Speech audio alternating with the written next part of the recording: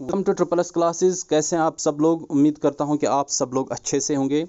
आज का जो हमारा लेक्चर है वो एक नए टॉपिक पे है, जो है वायरसेस एंड एंटीवायरसेस। आपके सिलेबस में मेंशन किया गया है, लेकिन बहुत बार जेके एसएसबी के द्वारा इसके रिलेटेड टर्म्स में से भी क्वेश्चंस पूछे गए हैं। इसलिए आज के लेक्चर में हम इसके रिलेटेड जो भी टर्मिनोलॉजी है उसको हम पढ़ेंगे, अच्छे से सीखेंगे। कल के लेक्चर में हम मेन टॉपिक पे आ जाएंगे, जो है वायरसेस एंड एंटीवायरसेस, और कल हम कंप्लीट करेंगे इस टॉपिक को। आज का लेक्चर बहुत ही इंपॉर्टेंट है और आप देखेंगे इसमें से बहुत बार जेके एसएसबी के क्वेश्चंस आ चुके हैं। अगर आपने पेपर्स देखे हैं, पुराने पेपर्स, प्रीवियस पेपर्स क्वेश्चन जेके एसएसबी के, तो आपको खुद समझ आ जाएगा कहाँ कहाँ से क्वेश्चंस पूछे गए हैं। सबसे पहले जो हम आज देखेंगे वो है साइबर सिक्योरिटी। क्या होता है साइबर सिक्योरिटी? सिक्योरिटी यानी कि सेफ्टी देना, ठीक है। अगर आपके पास एक कंप्यूटर रहता है, अब आपको कंप्यूटर समझ आ गए, कंप्यूटर होता क्या है, इसका आर्किटेक्चर क्या है, किस तरह से बनावट होती है एक कंप्यूटर की। आपके पास एक फाइल्स का अंबार रहता था पहले गवर्नमेंट ऑफिस वगैरह में।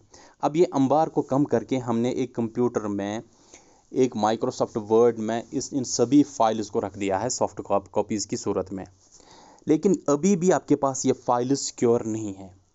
या अगर आपके पास कलेक्शन ऑफ कंप्यूटर्स है, बहुत सारे कंप्यूटर्स जो एक दूसरे के साथ इंफॉर्मेशन शेयर करते हैं, जैसे हमने डिस्ट्रीब्यूटेड सिस्टम में पढ़ा, इनके दरमियान जो है इंफॉर्मेशन शेयरिंग होती है। इस नेटवर्क को बचाना या एक खालिस कंप्यूटर को बचाना किसी भी अटैक से, सिक्योरिटी ब्रीच से, उसे हम कहते हैं साइबर सिक्योरिटी। ठीक है, चलिए डेफिनेशन पे जाते हैं। साइबर सिक्योरिटी या कंप्यूटर सिक्योरिटी या IT security is defending the computer systems and networks from information disclosure. ताकि अगर इंफॉर्मेशन कोई हमारे कंप्यूटर सिस्टम में है या कोई नेटवर्क में हमारी इंफॉर्मेशन शेयर हो रही है, उसको बचाना डिस्क्लोज होने से, उसको बचाना लीक होने से या चोरी होने से, या सॉफ्टवेयर और हार्डवेयर को डैमेज से बचाना। ठीक है। या अगर आप कोई ऑर्गेनाइजेशन चला रहे हैं, कोई सर्विस प्रोवाइड कर रहे हैं, for example banking service provide कर रहे हैं, बैंक्स वगैरह, अगर उनकी सर्विस में कोई डिस्ट्रप्शन आ जाए, कोई रुकावट आ जाए, इस चीज़ को से बचाना, कंप्यूटर्स को बचाना। ठीक है, कंप्यूटर्स को इंफॉर्मेशन डिस्क्लोजर से बचाना, नेटवर्क्स को इंफॉर्मेशन डिस्क्लोजर से बचाना, हार्डवेयर और सॉफ्टवेयर को डैमेज से बचाना, या सर्विस को मिसडायरेक्शन करने से बचाना, या रुकावट डालने से बचाना। इसको हम कहते हैं, इस सिक्योरिटी को हम कहते हैं साइबर सिक्योरिटी। ठीक है, हम एक सेफ सिस्टम बनाना चाहते हैं, हम एक सेफ कंप्यूटर, सेफ नेटवर्क बनाना चाहता है जहां पे हमारी इंफॉर्मेशन कंप्लीटली सेफ हो। इस सेफ्टी, इस सिक्योरिटी को हम कहते हैं साइबर सिक्योरिटी या कंप्यूटर सिक्योरिटी या IT security. Clear? Cyber security के जो फादर है वो माने जाते हैं ऑगस्ट किरचॉफ। ऑगस्ट किरचॉफ माने जाते हैं साइबर सिक्योरिटी के फादर। अगर आपसे क्वेश्चन पूछा गया है तो ये क्वेश्चन का आंसर है आपका कि father of cyber security is August Kirchhoff. अच्छा, अब हमारे पास कुछ टर्म्स हैं साइबर सिक्योरिटीज़ पे, जो अक्सर थ्रेट्स वगैरह हमारे पास होते हैं साइबर सिक्योरिटी में। उन थ्रेट्स को हम यहाँ पे डिस्कस करेंगे। ये टर्म्स अक्सर आपके नज़रों में आए होंगे। सबसे पहला है हमारे पास साइबर क्राइम। क्राइम तो आपको पता ही है, जुर्म करना, और कंप्यूटर के साथ छेड़छाड़ करना, नेटवर्क के साथ छेड़छाड़ करना, उससे हम कहते हैं cyber crime. Clear? Single actor यानी कि एक शख्स और एक ग्रुप और ग्रुप्स या एक से ज़ायद शख्स targeting systems for financial gain, जो आपके कंप्यूटर सिस्टम को या आपके नेटवर्क को टारगेट करते हैं, अटैक करते हैं, किस चीज़ के लिए? पैसों के लिए, और टू कॉज डिस्ट्रप्शन या रुकावट डालने के लिए। आपके सर्विस वगैरह जो आप प्रोवाइड कर रहे हैं, फॉर एग्जांपल कंपटीटर्स वगैरह हो रहते हैं कभी, जो आपके सर्विस में रुकावट डालते हैं, आपके सर्विस में डिस्ट्रप्शंस डालते हैं, उससे हम कहते हैं साइबर क्राइम।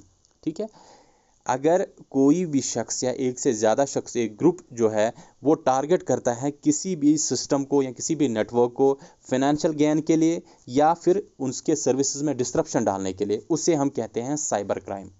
क्लियर? नेक्स्ट है हमारे पास साइबर अटैक। साइबर अटैक भी साइबर क्राइम ही है, लेकिन ये पॉलिटिकली मोटिवेटेड होता है। पॉलिटिकली मोटिवेटेड मतलब एक कंट्री दूसरे कंट्री के इंफॉर्मेशन को कलेक्ट करना चाहता है विदाउट देयर परमिशन। ठीक है, इनके पास कितने वेपनरीज हैं, अगर एक नेबरिंग कंट्री है, ठीक है, उनके पास कितनी वेपनरी है, उनके पास कितनी जो है आर्मी है, उनके पास जो है बाकी सिक्योरिटी पर्पज़ के लिए क्या क्या उनके पास वेपनरीज है, उन सभी चीज़ों के बारे में इंफॉर्मेशन कलेक्ट करना। ठीक है, उससे हम कहते हैं साइबर अटैक। ये साइबर क्राइम ही है, लेकिन ये पॉलिटिकली मोटिवेटेड होता है, यानी कि एक कंट्री दूसरे कंट्री के रिगार्डिंग इंफॉर्मेशन कलेक्ट करता है और उसमें दूसरे कंट्री का जो without information of the second country, ठीक है, उससे हम कहते हैं साइबर अटैक। नेक्स्ट है हमारे पास साइबर टेररिज्म। साइबर टेररिस्ट जो होते हैं वो खौफ फैलाना चाहते हैं लोगों में, इसलिए वो क्या करते हैं, intent to undermine the electronic systems. वो इलेक्ट्रॉनिक सिस्टम्स को अपने जो है कब्जे में करते हैं, अपने कंट्रोल में करते हैं, ठीक है। जब वो अपने इलेक्ट्रॉनिक सिस्टम्स को अपने वश में करते हैं, अपने कंट्रोल में करते हैं, ताकि वो पैनिक कॉज करें या फियर पैदा करें, वो डर लोगों में पैदा करें, ठीक है, उसे हम कहते हैं cyber terrorism. Cyber terrorists when intend to undermine the electronic systems to cause panic or fear in the people, उससे हम कहते हैं साइबर टेररिज्म। क्लियर? चलिए, अब है हमारे पास कुछ इंपॉर्टेंट टर्म्स जो साइबर सिक्योरिटी में हमें अक्सर ज़रूरत पड़ती है, और एट द टॉप जो हमारे पास है ऑथेंटिकेशन। ये मैंने आपको पिछले लेक्चर में जब हम पढ़ रहे थे डेडलॉक, उसमें मैंने आपको ये बताया था कि एसआई में इसके बारे रिगार्डिंग क्वेश्चन पूछा गया था, ऑथेंटिकेशन क्या होता है। इसलिए साइबर सिक्योरिटी में जो हमारे पास जो इंपॉर्टेंट टर्म्स हैं उनको हम पहले देखेंगे। सबसे पहले है ऑथेंटिकेशन। क्या होता है ऑथेंटिकेशन? ऑथेंटिकेशन होता है इंश्योर करना कि जो यूज़र क्लेम कर रहा है कि ये शख्स मैं हूँ। फॉर एग्जांपल, आप किसी भी वेबसाइट में लॉगिन कर रहे हैं, यहाँ आपको यूज़र नेम और पासवर्ड देना पड़ता है, इससे हम कहते हैं ऑथेंटिकेशन प्रोसेस। जब आप यूज़र नेम पासवर्ड देते हैं, इसके बाद ये डेटाबेस में पीछे से ऑथेंटिकेट वैलिडेट होता है, क्या ये सही शख्स है, क्या ये यूज़र नेम पासवर्ड करेक्ट है। अगर ये करेक्ट है तो आपको एक्सेस दिया जाएगा। ये इंश्योर करना यूज़र नेम और पासवर्ड के थ्रू कि ये शख्स जो है, क्या ये वही शख्स है जो ये क्लेम कर रहा है कि मैं हूँ, ठीक है, तो उसे हम कहते हैं ऑथेंटिकेशन। यूज़र नेम और पासवर्ड को लेके वैलिडेट करना, ऑथेंटिकेट करना, उस प्रोसेस को हम कहते हैं ऑथेंटिकेशन। नेक्स्ट है हमारे पास टर्म जिसे हम कहते हैं इंटीग्रिटी। इंटीग्रिटी क्या होता है? ensures that the information is not modified by the unauthorized person।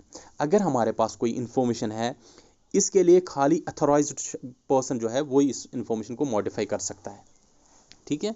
अगर इसको अनअथोराइज्ड पर्सन मॉडिफाई करता है तो हम कहते हैं इसमें इंटीग्रिटी ब्रीच हो गया, ठीक है। तो इंटीग्रिटी क्या होता है? ये इंश्योर करना कि हमारे पास जो इंफॉर्मेशन मॉडिफाई हो चुकी है वो खाली अथोराइज्ड पर्सन ही उस इंफॉर्मेशन को मॉडिफाई करे, इससे हम कहते हैं इंटीग्रिटी मेंटेन करना। नेक्स्ट है हमारे पास कॉन्फिडेंशियलिटी। कॉन्फिडेंशियलिटी क्या होता है? Ensures data is not accessed by unauthorised person. ये इंश्योर करता है ये जो डेटा है हमारे पास, ये कभी किसी अनअथोराइज्ड शख्स के हाथ में ना चला जाए। इस चीज़ को इंश्योर करना उसे हम कहते हैं कॉन्फिडेंशियलिटी, ठीक है। कभी कभी हम कहते हैं किसी शख्स को कोई चीज़ देते हैं, उससे हम कहते हैं ये कॉन्फिडेंशियल है, ठीक है। तो ये फाइल मैं आपको दे रहा हूँ, ये कॉन्फिडेंशियल है, यानी कि ये आपके और मेरे बीच है, ये फाइल किसी और के हाथों में नहीं लगनी चाहिए, उससे हम कहते हैं कॉन्फिडेंशियल। कॉन्फिडेंशियलिटी अब आपको समझ आया? इंश्योर करना कि हमारे पास जो डेटा है वो किसी अनअथोराइज्ड शख्स के हाथों में ना चला जाए। क्लियर? नेक्स्ट है हमारे पास अथोराइजेशन। अथोराइजेशन क्या होता है? Gives permission to the authentic users to access the resource. यानी कि अथोराइजेशन होना है किसी पर्टिकुलर पर्पज़ को जो परमिशंस हैं उसको वही परमिशन मिले, उससे ज़ायद परमिशन उसको ना मिले, अथोराइजेशन इसको कहते हैं। फॉर एग्जांपल, जब आप किसी सिस्टम में लॉगिन करते हैं, उसमें आपके पास दो लॉगिन्स होते हैं, ठीक है, दो यूज़र स्विचेस होते हैं, एक होता है एडमिन, एक होता है यूज़र।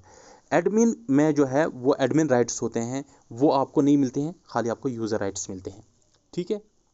देखिए कैसे, फॉर एग्जांपल ये जो यूज़र हमारे पास एक कंपनी है, उसमें बहुत सारे एम्प्लॉयज़ है, ठीक है, और इसमें एक जो है वो है एचआर मैनेजर, ठीक है। एचआर मैनेजर जो है एम्प्लॉयज़ की सैलरी वगैरह देखता है।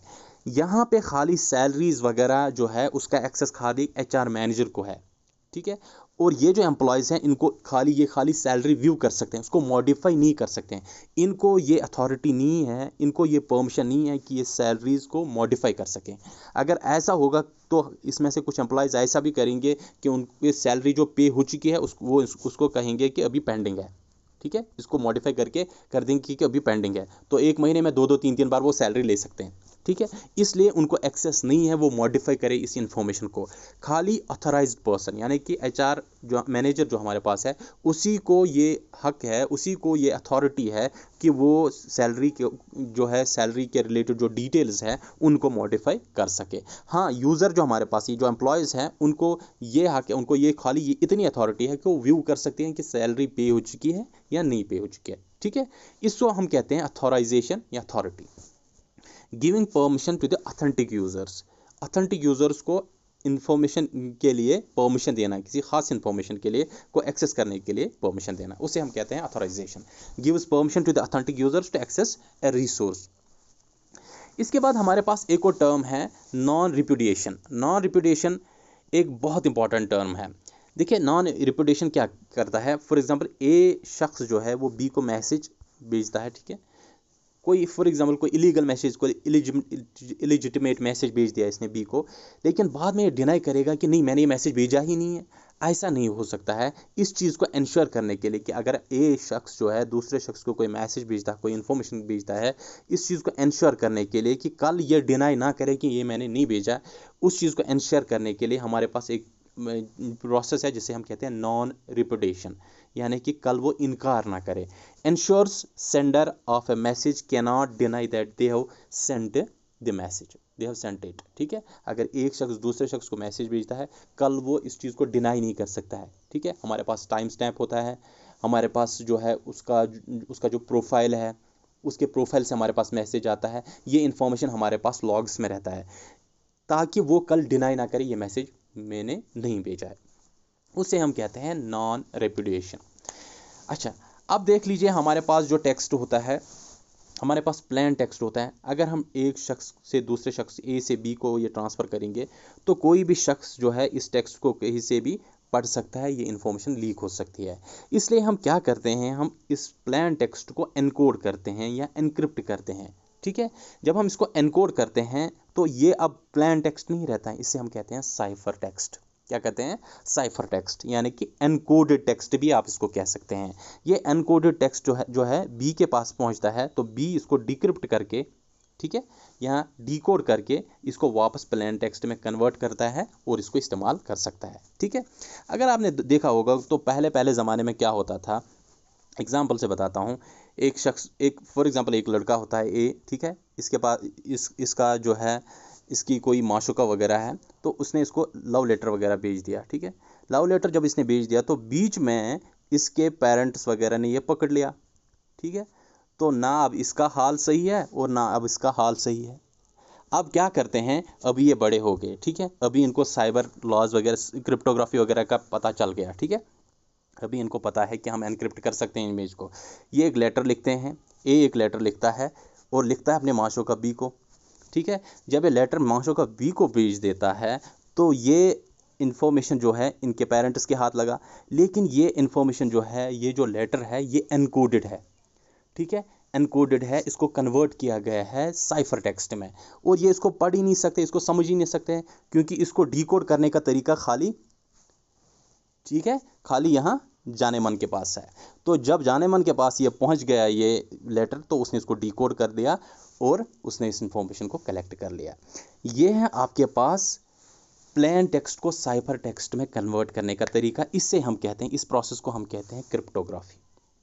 याद रखिएगा, क्रिप्टोग्राफी, एक प्लेन टेक्स्ट को साइफर टेक्स्ट में कन्वर्ट करना, उसे हम कहते हैं क्रिप्टोग्राफी। क्लियर। फॉर एग्जाम्पल से समझाता हूँ मैं आपको। फॉर एग्जाम्पल ए जो है इसने बी को मैसेज भेजना है आई लव यू। ठीक है, तो ये कैसे लिखता है, अगर डायरेक्टली लिखता है ये तो ये मारा जाएगा ये। ठीक है, अब ये क्या करता है, आई में से आपने नॉर्मली देखा हो जब कोडिंग डिकोडिंग करते हैं रीजनिंग में, तो वैसे ही इसमें होता है। ठीक है, इसमें बहुत सारे प्रोसीजर्स होते हैं, इसमें बहुत सारे आगे हमारे पास टेक्निक्स है, डीएस टेक्निक है, और भी बहुत सारे क्रिप्टोग्राफिक टेक्निक्स है जो आपने नहीं पढ़ना है, लेकिन मैं आपको एग्जाम्पल से समझाता हूँ। ये जो हमारे पास टेक्स्ट है ये हमारे पास प्लेन टेक्स्ट है।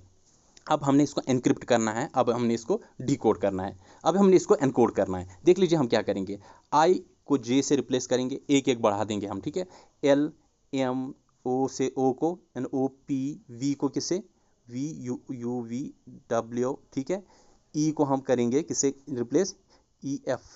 ठीक है, ये हम इस तरह से करेंगे, और यू वाई ओ यू को हम एक एक ऐड करेंगे, वाई वाई के बाद क्या आता है जेड, ठीक है, ओ के बाद क्या आता है, ओ के बाद आता है आपका पी, उसके बाद यू के बाद क्या आता है वी, ठीक है। हमने इस तरह से ये मैसेज भेज दिया। अब पेरेंट्स भी इसको पकड़ लें, उनको समझ नहीं आ जाएगा। जब बी के पास ये पहुंच गया तो वो क्या करेगा, इसको डी कोड करेगा। तो डी कोड किस तरह से करेगा, इनमें से एक एक कम करेगा। जे से एक कम करेगा तो आई बनेगा, एम से एक कम करेगा तो एल बनेगा, पी से एक कम करेगा तो ओ बनेगा, डब्ल्यू से एक कम करेगा तो वी बनेगा। इस तरह से वापस ये इसके पास प्लेन टेक्स्ट मिल सकता है डिक्रिप्ट करके अपने इंफॉर्मेशन को। इसी टेक्निक को, इसी प्रोसेस को हम कहते हैं क्रिप्टोग्राफी। क्लियर। इसमें से अगर क्वेश्चन पूछा गया तो क्या होता है प्लेन टेक्स्ट, क्या होता है एनक्रिप्शन, क्या होता है डिक्रिप्शन, क्या होता है एनकोडिंग डिकोडिंग, अब आपको बिल्कुल क्लियर हो गया होगा, ठीक है। चलिए, अब हमारे पास है एक टर्म मॉलवेयर। क्या होता है मॉलवेयर? देखिए, मॉलवेयर जो हमारे पास टर्म है, ये एक अम्ब्रेला टर्म है, ये एक ब्लैंकेट टर्म है जिसके अंदर बहुत सारे सब टर्म्स आते हैं, ठीक है। शॉर्ट टर्म फॉर मॉलेशियस सॉफ्टवेयर, ठीक है, ये एक शॉर्ट टर्म है किसकी, मलेशियस सॉफ्टवेयर की। It is an umbrella term that describes all forms of malicious software. वो सभी सॉफ्टवेयर जो आपके कंप्यूटर के लिए या कंप्यूटर नेटवर्क के लिए हानिकारक है, उन्हें हम कहते हैं मालवेयर या मलेशियस सॉफ्टवेयर। क्लियर। वो सभी सॉफ्टवेयर जो नुकसान पहुंचाते हैं आपके कंप्यूटर सिस्टम को, आपके नेटवर्क को, उसे हम कहते हैं मलेशियस सॉफ्टवेयर या उसे हम कहते हैं malware. Clear. Design to wreak havoc on the computer, ये कंप्यूटर को नुकसान पहुंचाना चाहते हैं या कंप्यूटर में कुछ तबाही मचाना चाहता है। ऐसे सॉफ्टवेयर्स को हम कहते हैं मलेशियस सॉफ्टवेयर्स, और ऐसे सॉफ्टवेयर्स को कभी कभी हम शॉर्टकट में मालवेयर भी कहते हैं, ठीक है। लेकिन ये मालवेयर जो हमारी बहुत बड़ी गलती है, हम सोचते हैं कि मालवेयर हमारे पास खाली वायरस है, ठीक है। लेकिन मालवेयर्स हमारे पास, मलेशियस सॉफ्टवेयर्स हमारे पास खाली वायरस ही नहीं है, खाली नियर अबाउट 10% है जो वायरसेस है। इसके बावजूद जो हमारे पास और मलेशियस सॉफ्टवेयर्स है और मालवेयर्स है, वो इससे ज़्यादा डेंजरस है हमारे पास, ठीक है। हम हर एक जो इसमें मालवेयर है वो इसमें डिस्कस करेंगे और अच्छी तरह से समझेंगे कि किस तरह का मालवेयर क्या अटैक करता है हमारे कंप्यूटर सिस्टम पे, क्या तबाही मचाता है नेटवर्क वगैरह में, ठीक है। सबसे पहले हम देखेंगे वायरस। वायरस तो आपने अक्सर पढ़ा होगा। वायरस क्या होता है, vital information resource under seize, ठीक है। तो मालवेयर एम टू करप्ट, जो आपके डेटा को करप्ट करता है, यानी कि उसको आप यूज़ नहीं कर सकते हैं, ठीक है, इरेज करता है आपके डेटा को, या मॉडिफाई करते हैं इंफॉर्मेशन को आपके कंप्यूटर पे, उसे हम कहते हैं वायरस। क्योंकि वायरस आगे हमने अच्छे से पढ़ना है, ये हमारा पूरा टॉपिक है वायरस एंड एंटीवायरस, इससे हमने आगे और पढ़ना है, वहाँ पे अच्छी तरह से और क्लियर होगा। लेकिन यहाँ आपने याद रखना है, ऐसा मॉलवेयर है जो आपके डेटा को करप्ट कर सकते हैं, यानी इस तरह से आपके डेटा को ख़त्म कर सकता है कि आप इसको इस्तेमाल ही नहीं कर सकते हैं, या इरेज करता है, डिलीट ही कर देता है, या मॉडिफाई करता है आपकी इंफॉर्मेशन को, उससे हम कहते हैं वायरस, ठीक है। इस तरह का मॉलवेयर। अच्छा, इसकी एग्जांपल क्या है? सबसे पहला जो हमारे पास वायरस था वो है क्रीपर या एलेक्नोनर। ये हमारे पास दो वायरसेस है, वायरस की एग्जांपल्स हैं। दूसरा हमारे पास जो मॉलवेयर है वो है वर्म। वर्म क्या है? Malware that can replicate itself. यहाँ तो और ही खतरनाक चीज़ है, यानी कि ये ऐसा मॉलवेयर है जो अपने आप को रिप्लिकेट करता है, सेल्फ रिप्लिकेट करता है, अपने कॉपीज़ बनाता है बहुत सारे। यानी कि अगर एक नेटवर्क में खाली एक शख्स ने कोई ईमेल खोल दिया, उसमें वर्म था, तो ये नेटवर्क पूरे नेटवर्क को तबाह कर सकता है, ठीक है, पूरे नेटवर्क को ये तबाह कर सकता है, क्योंकि ये सेल्फ रिप्लिकेट करता है पूरे नेटवर्क में खुद को, इसलिए ये बहुत ज़्यादा खतरनाक है वर्म। अच्छा, malware that can replicate itself in order to spread the infection to other connected computers। बाकी जो connected computers है उनमें ये इन्फेक्शन फैल सकता है, क्योंकि ये सेल्फ रेप्लिकेटिव है ये वर्म, ठीक है। इसकी एग्जांपल है हमारे पास SQL स्लैमर है, MS ब्लास्टर है, या आई लव यू है हमारे पास, ठीक है। ये हमारे पास वर्म के कुछ एग्जांपल्स। अगर आप देखेंगे SQL स्लैमर जो है ये बहुत ख़तरनाक साबित हो गया था। इसमें नियर अबाउट वर्ल्ड में बहुत सारे नियर अबाउट 22 लाख कंप्यूटर्स को इसने इन्फेक्ट किया था अपने टाइम पे। इसके बाद हमारे पास है ट्रोजन हॉर्स। अभी आपको वायरस क्लियर हुआ। वायरस में क्या होता है, आपके फाइल में को करप्ट किया जाता है, इरेज किया जाता है डेटा, या ज़्यादा से ज़्यादा मॉडिफाई किया जाता है। लेकिन वर्म की जो है ये सेल्फ रिप्लिकेटिव है, ये इन्फेक्शन पूरे नेटवर्क में फैल सकता है, इवन कि it can spread through the world, ठीक है। इसके बाद हमारे पास है ट्रोजन हॉर्स। ट्रोजन हॉर्स क्या है? appears to be useful software, ये ऐसा सॉफ्टवेयर जो आपको लगता है कि बड़ा यूजफुल है मेरे लिए, बड़ा फ़ायदेमंद है मेरे लिए, ठीक है, at first glance, but will cause damage once install, लेकिन जब आप इसको इंस्टॉल करोगे तो ये आपके पूरे सिस्टम, कंप्यूटर सिस्टम को या पूरे नेटवर्क को जो है तबाह करेगा, डैमेज करेगा, ठीक है। फॉर एग्जांपल एंटीवायरस प्रोग्राम, आपके पास एक सॉफ्टवेयर है, आपने इसको इंस्टॉल कर दिया, जब आपने इसको एंटीवायरस को इंस्टॉल कर दिया तो ये एंटीवायरस था ही नहीं, बल्कि ये कुछ और ही निकला जिसने आपके कंप्यूटर को पूरा ख़त्म करके रख दिया, ठीक है, तबाह करके रख दिया। ट्रोजन्स क्रिएटेड, ये ट्रोजन क्या करता है, एक और चीज़ ये करता है, ये एक बैकडोर एंट्री बनता है। जब आपने इंस्टॉल किया इस सॉफ्टवेयर को, जब आपने इंस्टॉल किया, आपको लगा ये मेरे लिए फ़ायदेमंद है, आपने इसको इंस्टॉल किया कि ये मेरे लिए एंटीवायरस का काम करे, लेकिन ये एंटीवायरस का काम नहीं कर रहा है, बल्कि ये आपके सिस्टम में एक बैकडोर एंट्री का काम कर रहा है। यानी कि जिस शख्स ने ये आपके सिस्टम पे भेजा ये ट्रोजन हॉर्स, वो रिमोटली आपके कंप्यूटर सिस्टम को ट्रैक कर रहा है, वो रिमोटली आपके सिस्टम, कंप्यूटर सिस्टम को कंट्रोल कर रहा है, आपकी इंफॉर्मेशन जो आपके कंप्यूटर सिस्टम है उसको एक्सेस कर रहा है रिमोटली, ठीक है। इसलिए ये बैकडोर एंट्री देता है यूज़र को, मैलिशियस यूज़र को बैकडोर एंट्री देता है आपका ट्रोजन हॉर्स, याद रखिए। लेकिन ये सेल्फ रेप्लिकेटिव बिल्कुल भी नहीं है, ठीक है, it's not self replicative like worm, जिस तरह से वर्म है।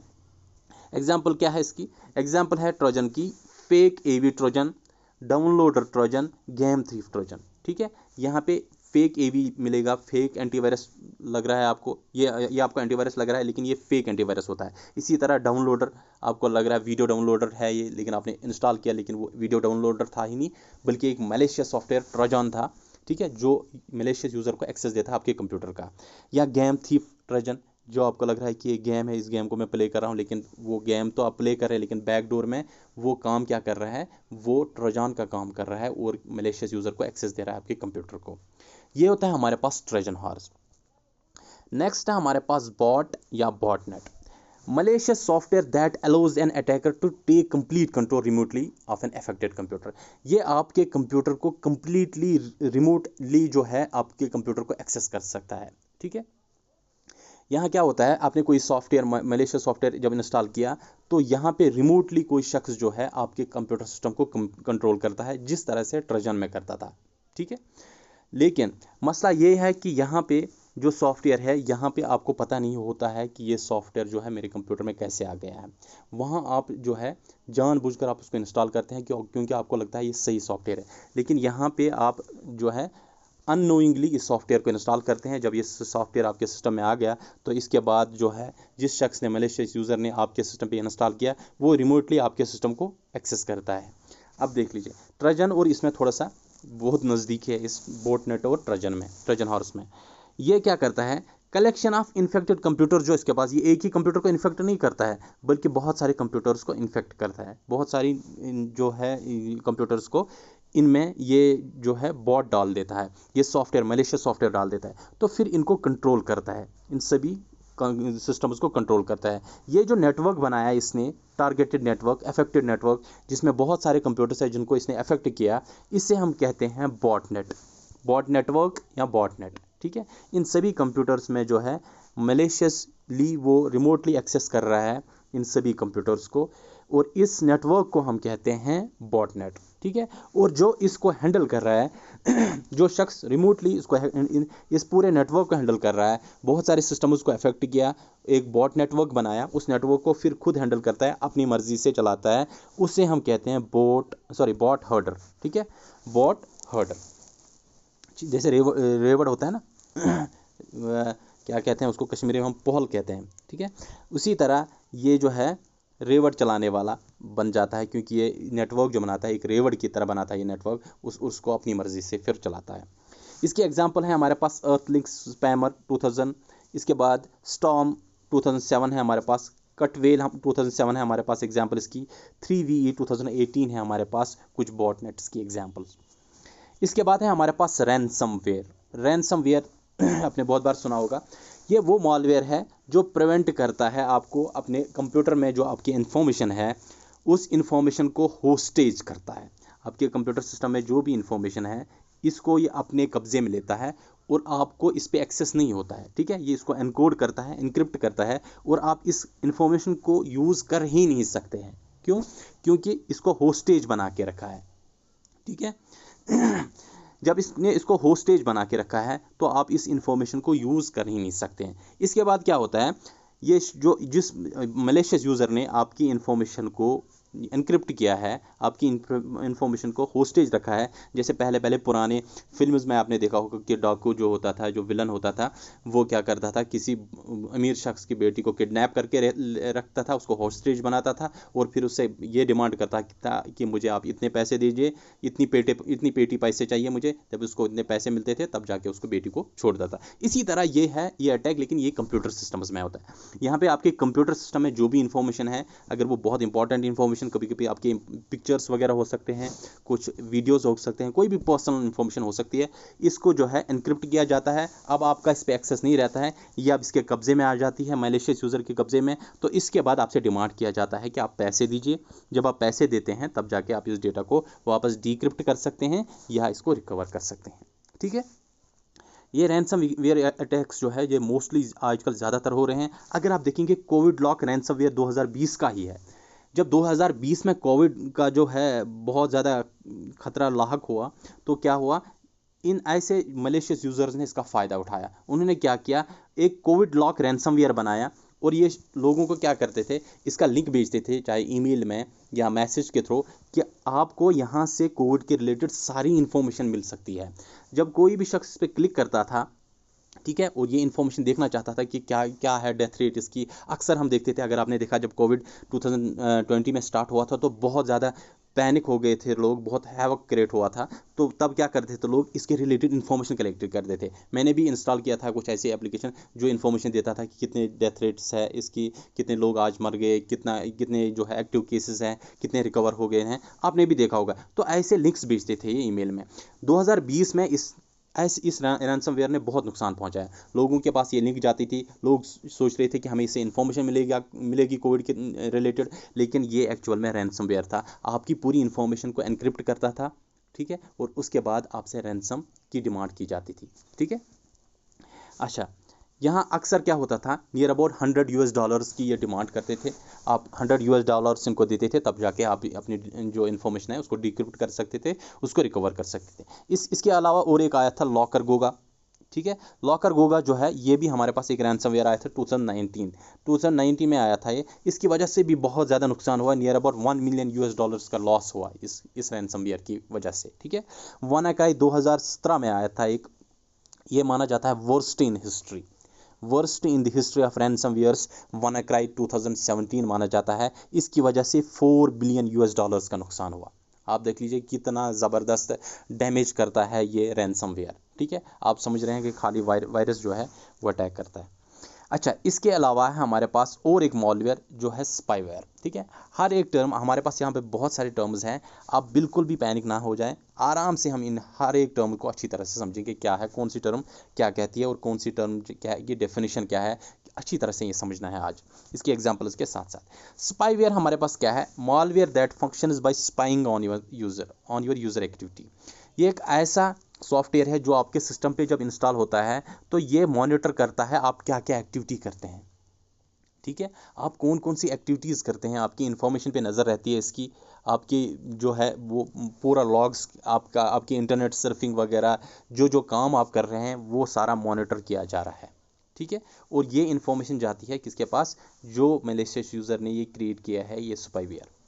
ठीक, तो क्या है definition, malware that functions by spying on user activity without their knowledge, और उनको पता ही नहीं होता है हमारे सिस्टम में जो है स्पाईवेयर इंस्टॉल किया गया है। एग्जांपल, की स्ट्रोक्स, डेटा हार्वेस्टिंग, यानी कि यहाँ आपके account information, log in, financial data के बारे में सारा इन्फॉर्मेशन कलेक्ट किया जा रहा है। आपके की स्ट्रोक्स कभी कभी जो है वो मॉनिटर किए जा रहे हैं। अगर आप पासवर्ड वगैरह इंस्टॉल कर रहे हैं तो वो सारा जो है इन्फॉर्मेशन कलेक्ट किया जा रहा है, ताकि नेक्स्ट टाइम कोई भी जो है मलेशियस यूज़र जो है वो उसको किसी भी टाइम उस इन्फॉर्मेशन को यूज़ कर सकता है। इसकी एग्जांपल है हमारे पास जेडलॉब है, हमारे पास इसकी एक एग्जांपल जेडलॉब, और उसके बाद हमारे पास गेटर है। जेडलॉब क्या करता है, ये आपके की स्ट्रोक्स का जो है इनको मॉनिटर करता है। जब आपने पासवर्ड इंटर किया तो ये आपके पासवर्ड को जो है इसको सेव रखता है अपने आप में, ठीक है। ये मॉनिटर करता है, इसके बाद अपने पास आप में ये सेव रखता है और उसके बाद यूज़र को भेज देता है, जो जिसकी वजह से ये स्पाईवेयर यहाँ पे इंस्टॉल हुआ था उसके पास ये इन्फॉर्मेशन जाती है, तो वो आपके पासवर्ड को यूज़ करके आपके जो प्राइवेसी है उसको ब्रीच कर सकता है। इसके बाद गेटर आया था, एक और स्पाईवेयर। ये क्या करता था, ये आपके वेब सर्फिंग का ध्यान रखता था कि आप क्या क्या वेब सर्फ करते थे, ठीक है। हमारे पास स्पाईवेयर्स के कुछ फ़ायदे भी हैं जो मैं आगे बताऊंगा आपको। स्पाईवेयर्स के हमारे पास कुछ फ़ायदे भी हैं जो हम आगे पढ़ेंगे। अच्छा, गेटर क्या करता है काम, वेब सर्फिंग है। जो भी आप वेब सर्फिंग कर रहे हैं उस पे ध्यान रखा जाता है, आप कौन कौन सी चैनल खोलते हैं, यूट्यूब पे क्या क्या देखते हैं, आप गूगल क्रोम में आप क्या क्या चेक करते हैं, ठीक है, क्या क्या सर्फ करते हैं, इसका ध्यान रखता है गेटर। इसी तरह कूल वेब सर्च है हमारे पास एक और स्पाईवेयर। ये क्या करता है, ये आपके इंटरनेट एक्सप्लोरर के साथ कनेक्ट होता है और आपकी जो इन्फॉर्मेशन है वो भेज देता है ऑथर्स को, यानी कि जो यूज़र जिसने स्पाईवेयर इंस्टॉल किया है उसको ये इन्फॉर्मेशन डायरेक्टली जाती है, ठीक है। अच्छा, हमारे पास स्पाईवेयर है दो टाइप के। पहला जो हमारे पास है वो है एडवेयर। एडवेयर क्या है, malicious software often bundled with free software. हमारे पास जो फ्री सॉफ्टवेयर्स होते हैं, कभी कभी आप डाउनलोड करते हैं फ्री सॉफ्टवेयर्स, जैसे आप करते हैं फॉर एग्जांपल गूगल क्रोम है आपके पास, या यूट्यूब की जो एप्लीकेशन है वो आप डाउनलोड कर सकते हैं फ्री ऑफ कॉस्ट, ठीक है। फ्री सॉफ्टवेयर्स हैं हमारे पास, या शेयरवेयर्स हैं, ये हमने ऑलरेडी पढ़े हैं, या यूटिलिटीज़ वगैरह आप डाउनलोड करना चाह रहे हैं। जब आपने उनको डाउनलोड किया, उनके साथ ही बंडल होते हैं कुछ मलेशियस सॉफ्टवेयर, उनके साथ ही जो पॉपअप्स वगैरह आपके स्क्रीन में डालते हैं। जब भी आप इस एप्लीकेशन को खोलते हैं, जब भी आप इस एप्लीकेशन को ओपन करते हैं, तो आपके सामने कुछ पॉपअप्स या बैनर्स आते हैं एडवर्टाइजिंग के, ठीक है। जब आप उन पर क्लिक करते हैं तो ये आपको कुछ परचेज़ करने के लिए कह रहे हैं, ठीक है। तो इनको हम कहते हैं एडवेयर, और इनके थ्रू जो है इन्फॉर्मेशन कलेक्ट की जा रही है और वो इन्फॉर्मेशन को मिसयूज़ किया जा रहा है। इसकी एग्जाम्पल है हमारे पास एपीच और डेस्कैड, ठीक है। दूसरा हमारे पास स्पाईवेयर वो है कीबोर्ड लॉगर्स। कीबोर्ड लॉगर्स क्या है, software that are downloaded on purpose by someone who wants to monitor activity of particular computer. ये ऐसे सॉफ्टवेयर्स हैं जो आपके सिस्टम में इंस्टॉल किए जा रहे हैं ताकि जो आपके कीबोर्ड स्ट्रोक्स वगैरह हैं, इसको कभी की लॉगर भी कहते हैं, इसको कभी कीबोर्ड लॉगर भी कहते हैं, इसको कभी कीबोर्ड कैप्चरिंग भी कहते हैं, ठीक है। तो ये आप कीबोर्ड में जो भी डेटा आप इंटर करते हैं, जो चाहे वो यूज़र नेम हो, पासवर्ड हो, कोई भी और इन्फॉर्मेशन, वो की स्ट्रोक्स को ये जो है नोट करता है, याद रखता है, और उसके बाद जो है मलेशियस यूज़र के हाथों में दे देता है, ठीक है।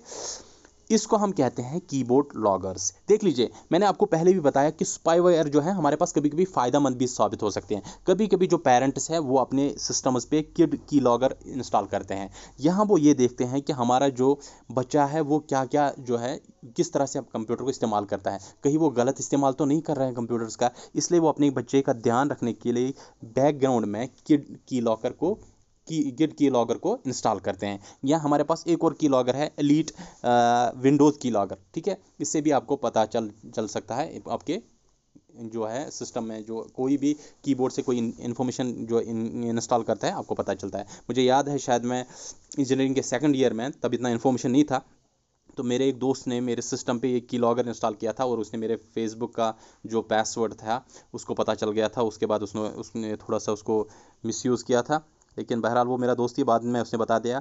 तो इस चीज़ का आप ख्याल रखें, ठीक है।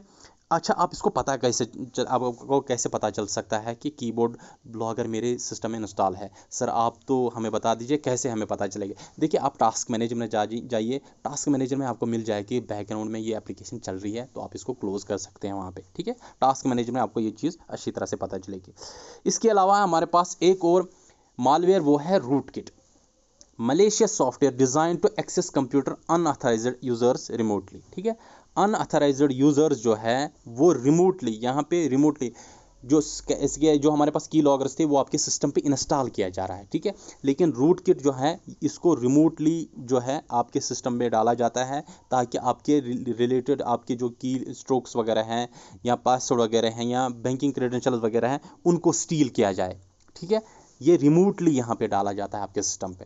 ये बज़ाहिर खुद आपके सिस्टम पे नहीं डाला जाता है, बल्कि रिमोटली इंटरनेट के थ्रू आपके पास आ जाता है, आप इसको इंस्टॉल करते हैं, तो अनऑथराइज्ड यूज़र जो है वो रिमोटली आपके सभी इन्फॉर्मेशन को कलेक्ट करता है। इसको हम कहते हैं रूट किट। ये सिमिलर है किसके, कीलॉगर के, लेकिन फ़र्क इतना है कि कीलॉगर डायरेक्टली आपके सिस्टम में इंस्टॉल किया जाता है फिजिकली, लेकिन रूट किट जो है वो रिमोटली जो है आपके सिस्टम में इंस्टॉल किया जाता है। आपको लिंक मिलता है थ्रू ईमेल या टेक्स्ट मैसेज के थ्रू, आपको कोई लिंक मिलती है, उस पर आप क्लिक करते हैं तो ये आपके सिस्टम में इंस्टॉल होते हैं और आपके जो पासवर्ड्स है, बैंकिंग क्रेडेंशियल्स है, उनको चोरी किया जा रहा है। ठीक है, ये कुछ टर्म्स जिसमें हैं वो रिलेटेड है, इसलिए आप इनका यहाँ पे ध्यान रखें। इसके बाद हमारे पास एक और मॉलवेयर है जिसे हम कहते हैं रोगवेयर या स्केयरवेयर या रोग सॉफ्टवेयर। क्या होता है रोगवेयर, स्केयरवेयर और रोग सॉफ्टवेयर? मलेशियस सॉफ्टवेयर ये तो है ही, हमें पता है क्योंकि ये मॉलवेयर है। Misleads users in believing that there is a virus on the computer. ये यूज़र्स को क्या करते हैं, कहते हैं कि आपके सिस्टम में वायरस है और आपको इस वायरस को जल्द से जल्द रिमूव करना चाहिए, वरना आपका सिस्टम जो है वो क्रैश हो जाएगा। और यूज़र बेचारा जो है वो डर जाता है कि पता नहीं कि सिस्टम को क्या होता है, और वो इनको कन्विंस करते हैं कि हमारे पास एक एंटीवायरस है जो आपको ख़रीदना चाहिए, और इसके बाद जो आपके सिस्टम में जो थ्रेट है, वायरल थ्रेट है, तो इसके बाद ये वायरस ख़त्म हो जाएगा उस एंटीवायरस की वजह से।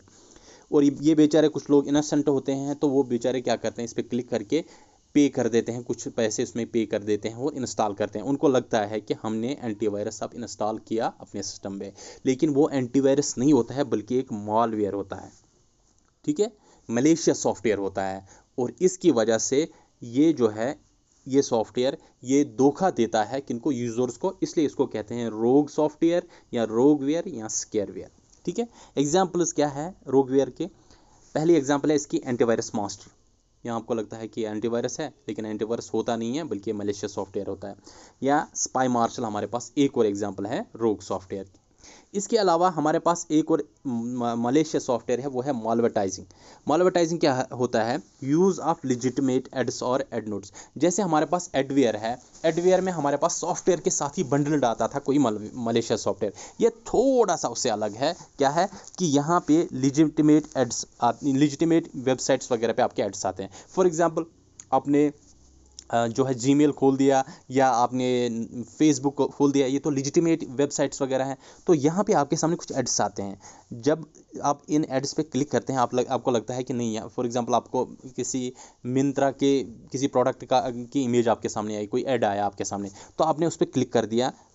इसे कहते हैं ड्राइव एंड डाउनलोड। जब आप उसने क्लिक किया तो ये आपको ड्राइव करता है किसी और जगह पे। ठीक है, जब आप वहाँ जाते हैं तो आपके सिस्टम्स में जो है वो आपके मैलिशियस सॉफ्टवेयर्स को इंस्टॉल करते हैं। इसे हम कहते हैं ड्राइव बाय डाउनलोड। ठीक है, ये आपको ड्राइव करता है अपने किसी और पेज पे, वहाँ इंस्टॉल होते हैं आपके सिस्टम पे मैलिशियस सॉफ्टवेयर। इसकी एग्जांपल्स है, आपके वीडियो एड्स वगैरह आते हैं आपके सिस्टम पे। ठीक है, जब आप फेसबुक वगैरह चलाते हैं या कोई और जो है साइट वेबसाइट चलाते हैं, या एनिमेशन एड्स आते हैं आपके सिस्टम पे, इसे हम कहते हैं मॉलवर्टाइजिंग। ठीक है, इसके अलावा हमारे पास है एसक्यूएल इंजेक्शन। एसक्यूएल इंजेक्शन क्या होता है कि पहले आप एसक्यूएल ये जाने कि एसक्यूएल क्या होता है। एसक्यूएल होता है स्ट्रक्चर्ड क्वेरी लैंग्वेज। ठीक है, हमारा जो डेटाबेस होता है जिसमें हमारा डेटा स्टोर रहता है, ठीक है, ये डेटाबेस जो है हमारा, इस डेटाबेस में हमारा डेटा है, इसमें डेटा एक्सेस करने के लिए हमारे पास एक लैंग्वेज होती है जिसे हम कहते हैं क्वेरी लैंग्वेज। ठीक है, और हमारे पास एक लैंग्वेज है जिसे हम कहते हैं स्ट्रक्चर्ड क्वेरी लैंग्वेज। ठीक है, स्ट्रक्चर्ड क्वेरी लैंग्वेज से हम इस डेटाबेस में डेटा जो है इसे व्यू कर सकते हैं, इसमें मॉडिफाई कर सकते हैं, इसे डिलीट कर सकते हैं इसी लैंग्वेज के थ्रू। इसके लिए जो लैंग्वेज लगती है उसे हम कहते हैं स्ट्रक्चर्ड क्वेरी लैंग्वेज। और यही एसक्यूएल इंजेक्शन होता है कुछ डेटाबेस में। Controls and steals data from database. यहाँ पे एसक्यूएल में यानी कि आपके डेटाबेस में ही एक ऐसा मैलिशियस सॉफ्टवेयर डाला जाता है जो आपके डेटा को चोरी करता है, आपके डेटाबेस को ही उड़ा के लेता है। ठीक है, पूरी इन्फॉर्मेशन आपके डेटाबेस से उड़ा के लेता है। ठीक, इसे हम कहते हैं एसक्यूएल इंजेक्शंस। अच्छा, ये थे कुछ मॉलवेयर्स। अब हम देखेंगे कुछ साइबर अटैक्स जो मॉलवेयर्स के अलावा हमारे पास कुछ साइबर अटैक्स होते हैं, उनको हम यहाँ पे देखेंगे। सबसे पहले सरफरिश्ता हमारे पास है, वो है फिशिंग। फिशिंग क्या होता है? यहाँ पे आपको ईमेल्स डाले जाते हैं, ईमेल के थ्रू, ज़्यादातर ये ईमेल्स के थ्रू भेजा जाता है। ठीक है, ये किसी और सोर्स के थ्रू भी भेजा जा सकता है, लेकिन ज़्यादातर ईमेल्स के थ्रू भेजा जाता है। एग्जांपल से समझाता हूँ। फॉर एग्जांपल आपके ईमेल में आया कि आपके जेके बैंक का जो अकाउंट है वो जो है वो क्लोज़ होने जा रहा है अगर आप ये फॉर्म फिल ना करें। फॉर एग्जांपल जैसे रिसेंटली आपको आया था form H, form G, tax बचाने के लिए आपको कोई फॉर्म फिल करना है, ठीक है। इसी तरह से आपको ईमेल मिल जाता है। तो आप जब ईमेल को ओपन करते हैं, ईमेल को ओपन करके आप अपनी इन्फॉर्मेशन, आपको वहाँ से इन्फॉर्मेशन मांगते हैं, आपको लगता है कि ये JK बैंक की ही वेबसाइट पे मैं डेटा दे रहा हूँ, लेकिन वो JK बैंक की वेबसाइट नहीं होता है, वो इल्यूजन होता है, वो फेक वेबसाइट होती है, ठीक है। जहाँ पे अपना सेंसिटिव इन्फॉर्मेशन आप देते हैं, आप सब कुछ इन्फॉर्मेशन देता है, अपना यूज़र नेम, पासवर्ड, ATM का जो पिन है, ठीक है, कार्ड नंबर, CVV नंबर, सब कुछ इन्फॉर्मेशन आप सेंसिटिव इन्फॉर्मेशन दे देते हैं। आपको सबमिट कर दिया, आपको लगता है मैंने JK बैंक में ये सबमिट कर दिया, लेकिन JK बैंक में आपने सबमिट नहीं किया, बल्कि आपने जो है फिशिंग वेबसाइट में ये सबमिट किया है, ठीक है। वो जब मलेशिया यूज़र के पास जाता है तो वो इस इन्फॉर्मेशन को यूज़ करके आपके अकाउंट को पूरा खाली कर सकता है। बहुत सारे लोगों को के साथ ऐसा हो चुका है। या कभी कभी आपको कॉल आता है, आपने देखा होगा कि आपको कॉल आता है, जनाब आपका ATM जो है एक्सपायर होने जा रहा है, आप हमने ATM नंबर का, इसमें एड्स वगैरह भी आते हैं, अब हमने शायद एयरटेल का ऐड आता है इस पर कि हम, हमारे पास जो है डबल हमारे पास सिक्योरिटी है, हमारे पास पिन भी आता है, जब हम ट्रांजैक्शन करते हैं उसके बाद भी पिन आते हैं। तो इसमें हमारे पास जो एग्जांपल है वो है जहाँ पे ईमेल्स के थ्रू या कॉल्स के थ्रू कभी आपसे इंफॉर्मेशन कलेक्ट की जा रही है और आपसे कहा जाता, आपको लगता है कि लेजिटिमेट जो है कंपनी है, लेजिटिमेट कॉर्पोरेट ऑर्गेनाइजेशन है, और जब आप उनको सेंसिटिव इन्फॉर्मेशन दे देते हैं उसके बाद आपके हाथों में कुछ नहीं रहता है, आपका जो है अकाउंट खाली किया जा सकता है, आपकी जो इम्पोर्टेंट इन्फॉर्मेशन है वो कलेक्ट की जा रही है, ठीक है। इसके बाद आता है हमारे पास man in the middle attack. Man in the middle attack हमारे पास एक साइबर अटैक है। इसमें क्या होता है, फॉर एग्ज़ाम्पल A और B एक दूसरे से बात कर रहे हैं टेलीफोन लाइन के थ्रू, ठीक है। आपने देखा होगा पहले हमारे पास जो लैंडलाइंस वगैरह हुआ करते थे, तो यहाँ पे जो एक रिसीवर होता था वो किचन में होता था, ठीक है, और आप जो फ़ोन कर रहे हैं अपने दोस्त वगैरह को, ठीक है, या गर्लफ्रेंड वगैरह को आप फ़ोन कर रहे हैं, जब आप फ़ोन कर रहे हैं तो यहाँ किचन में एक और रिसीवर है, तो वो रिसीवर अचानक से आपके बाबा ने उठाया, ठीक है। जब अपने पापा ने उठाया तो उसको ये इन्फॉर्मेशन मिल गई, ठीक है, आप क्या बात कर रहे हैं। जब आपने उसको ये इन्फॉर्मेशन पता चल गई तो फिर वो आपकी वाट लगा देगा, ठीक है। तो इससे हम कहते हैं मैन इन द मिडिल, ठीक है। आपकी जो इन्फॉर्मेशन एक दूसरे के साथ शेयर हो रही थी उसको किसी और ने इंटरप्ट किया विदाउट अननोइंगली, आपको पता ही नहीं है, कोई और इस इन्फॉर्मेशन जो को है, इसको पैसिव अटैक भी कभी कभी हम कहते हैं, पैसिव अटैक कहते हैं, वो खाली इस इन्फॉर्मेशन को सुनता है, ठीक है। इसे हम कहते हैं man in the middle attack, ठीक। अच्छा, डेफिनेशन से देखते हैं, interception of communication between two individuals in order to steal data, ताकि डेटा स्टील किया जाता है। अब फॉर एग्जांपल A और B दो बिजनेसमैन हैं, वो ये एक इंपॉर्टेंट इन्फॉर्मेशन एक दूसरे के साथ शेयर कर रहे हैं, और बीच में कोई शख्स बैठा है, वो इस इन्फॉर्मेशन को खाली देख रहा है, स्टडी कर रहा है, चुपके से बैठ के इस इन्फॉर्मेशन को रीड कर रहा है। जब इसको इन्फॉर्मेशन मिल गया तो ये इसको जो है मिसयूज़ कर सकता है इस इन्फॉर्मेशन को। इसे हम कहते हैं man in the middle attack, ठीक है। ये man in the middle attack जो है, इसको कभी कभी हम स्नूपिंग भी कहते हैं, या it's also known as sniffing, it's also known as eavesdropping, ठीक है। याद रखें, man in the middle attack जो हमारे पास है, इसी को हम स्नूपिंग भी कहते हैं, इसी को हम स्निफिंग भी कहते हैं, इसी को हम ईव्सड्रॉपिंग भी कहते हैं। क्लियर? चलिए, नेक्स्ट है हमारे पास डिनाइल ऑफ द सर्विस। बहुत सारे टर्म्स हैं, लेकिन एक दो बार आप पढ़ेंगे ना, आपको ये सभी टर्म्स जो है ना बड़ी आसानी से आपको क्लियर हो जाएंगे, और मैंने इनके डेफिनेशन भी बहुत आसान तरीके से लिखे ताकि इसमें कोई भी कम्प्लेक्सिटी ना हो, आपको अच्छी तरह से क्लियर हो जाए। डिनाइल ऑफ सर्विस हमारे पास एक और साइबर अटैक है, जिसमें क्या करते हैं, साइबर क्रिमिनल्स जो है वो प्रिवेंट करते हैं आपके कंप्यूटर सिस्टम्स को, ताकि अगर आप लेजिटिमेट रिक्वेस्ट्स आपके पास आते हैं वो रिक्वेस्ट्स फुलफिल ना हो जाए। फॉर एग्जांपल ये JK बैंक है, इनको कस्टमर्स की बहुत सारे रिक्वेस्ट आते हैं, किसी को ट्रांजैक्शन करना है, किसी को पासवर्ड चेंज करना है, किसी को कुछ और, फॉर एग्जांपल क्रेडिट कार्ड चाहिए, क्रेडिट कार्ड की रिक्वेस्ट आती है, बहुत सारे रिक्वेस्ट्स आते हैं। तो ये डिनाइल ऑफ सर्विस अटैक जो होता है, ये फॉर एग्जांपल दूसरा बैंक है यहाँ पे, ठीक है, कोई और बैंक नया बना है, उसने क्या करना है, JK बैंक के जो काम में रुकावट डालना है, वो क्या करता है, इसमें कुछ ऐसा अटैक करता है कि यहाँ पे जो ट्रैफिक है खामखा फेक ट्रैफिक इस पर बढ़ा देता है, ठीक है, इस पर ज़्यादा फेक ट्रैफिक बढ़ा देता है। जब इस पर ट्रैफिक बढ़ा देता है तो इसका जो सर्वर है, इसको लगता है कि मेरे पास जो रिक्वेस्ट है बहुत ज़्यादा है, और ये क्रैश हो जाता है ये सर्वर, ठीक है। जब ये क्रैश हो जाता है तो इससे इसका जो मकसद है वो फुलफिल हो जाता है। वही मैंने आपको कहा डिनाइल ऑफ सर्विस में cyber criminals prevent the computer system from fulfilling legitimate requests. हमारे पास जो जेके बैंक में यहाँ पे लेजिटिमेट रिक्वेस्ट्स तो आए थे, लेकिन क्या हुआ कि यहाँ पे साइबर अटैक के थ्रू ट्रैफिक बढ़ा दिया गया है इस सर्वर पे, bye overloading the network and server with huge traffic. Fake traffic आपके सर्वर पे बढ़ा दिया गया है, खामखा फेक रिक्वेस्ट्स भेजी गई, ठीक है, और सर्वर क्या होता है, सर्वर क्रैश हो जाता है। इससे जो अटैकर है उसका जो पर्पज़ है वो फुलफिल हो जाता है।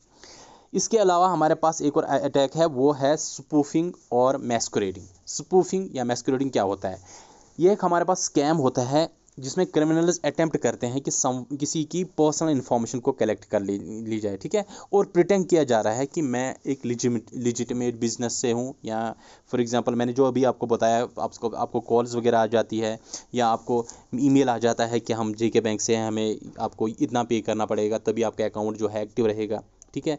या कभी कभी आपने देखा होगा रिसेंटली मुझे इसके बारे में बहुत सारे लोगों ने कहा, मुझे एक दोस्त ने ये कहा कि मेरा जो अकाउंट है किसी और शख्स ने बनाया है फेसबुक मेरे नाम से अकाउंट, और उसमें मेरी पिक्चर लगाई गई है, फेसबुक से डाउनलोड करके मेरी पिक्चर लगाई गई है, और मेरे दोस्तों को मैसेज करके उनसे पैसे मांगे जाते हैं कि मेरे घर में प्रॉब्लम है, मुझे बहुत ज़्यादा ज़रूरत है पैसों की, और उनसे पैसे लूटे जा रहे हैं, ठीक है। वो एग्जाम्पल है आपके पास स्पूफिंग या मास्कुरेटिंग की, ठीक है। यहाँ पे एक लिजिटिमेट शख्स बन के किसी से पैसे छीने जा रहे हैं, लेकिन वो लिजिटिमेट होता नहीं है, वो इलिजिटिमेट होता है, क्लियर। उसे हम कहते हैं स्पूफिंग या मैस्कुरेडिंग।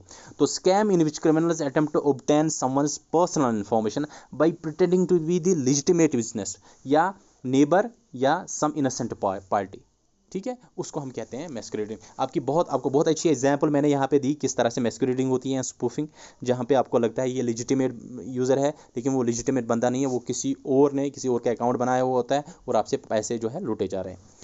इसके बाद हमारे पास एक और टेक्निक है, एक और साइबर अटैक है जिसे हम कहते हैं सलामी टेक्निक। सलामी टेक्निक क्या होता है, इससे क्या होता है, बहुत सारे कस्टमर्स जो है, फॉर एग्जांपल बैंकिंग में बहुत सारे कस्टमर्स होते हैं, लाखों में कस्टमर्स होते हैं, तो कोई शख्स जो होता है अटैकर, वो हर एक अकाउंट से फॉर एग्जांपल 2-2 3-3 रुपये, ठीक है, डिडक्ट करता है, और यहाँ पे यूज़र को पता भी नहीं चलता है। अगर आपके अकाउंट से 2 रुपये या 3 रुपये या 10 रुपये या 100 रुपये भी डिडक्ट होता है तो आपको पता ही नहीं चलता।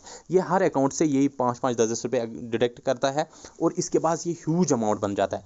आप मान लीजिए यहाँ पे 2 लाख एम्प्लॉयज़ है, 2 लाख कस्टमर्स है, ठीक है, 2 लाख लोगों से अगर ये 5-5 रुपये ही लेता है तो ये इसके पास 10 लाख रुपये बन जाता है, ठीक है। तो इसे हम कहते हैं, इस अटैक को हम कहते हैं सलामी टेक्निक, या इसको कभी कभी पेनी स्लाइसिंग भी कहते हैं, या इसको कभी कभी पेनी शेविंग भी कहते हैं। इसके अलावा भी बहुत सारे साइबर अटैक्स हैं, अगर हम पढ़ने लग जाएं तो इसमें बहुत दिन लगेंगे पढ़ने में।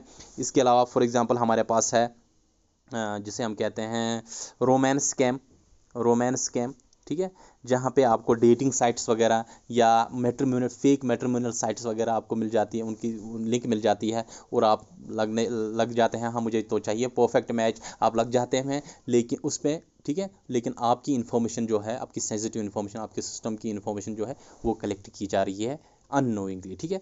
इसलिए इन चीज़ों से बचें। ये है हमारे पास कुछ साइबर अटैक्स। अगर इसमें से आप क्वेश्चन पूछा जाए तो मुझे नहीं लगता आपको कहीं पे भी कोई दिक्कत आ जाएगी। कल हम मूव करेंगे आपके वो जो सिलेबस में मेंशन किया गया वायरसेस एंड एंटीवायरस पे, और कल ये टॉपिक जो है कंप्लीट हो जाएगा इंशाल्लाह, ठीक है। मुझे उम्मीद है कि ये आपने अच्छे से समझा होगा। अगर कहीं पे भी कोई दिक्कत आ रही है तो please make sure you will री वॉच दिस वीडियो, ठीक है। तो ये बहुत आसान करके मैंने आपके लिए पेश किया, इसलिए 2 दिन लगे मुझे इस लेक्चर को अच्छी तरह से प्रिपेयर करने में। चलिए इजाज़त लेते हैं आपसे, अपना ख्याल रखें, टेक केयर, बाय।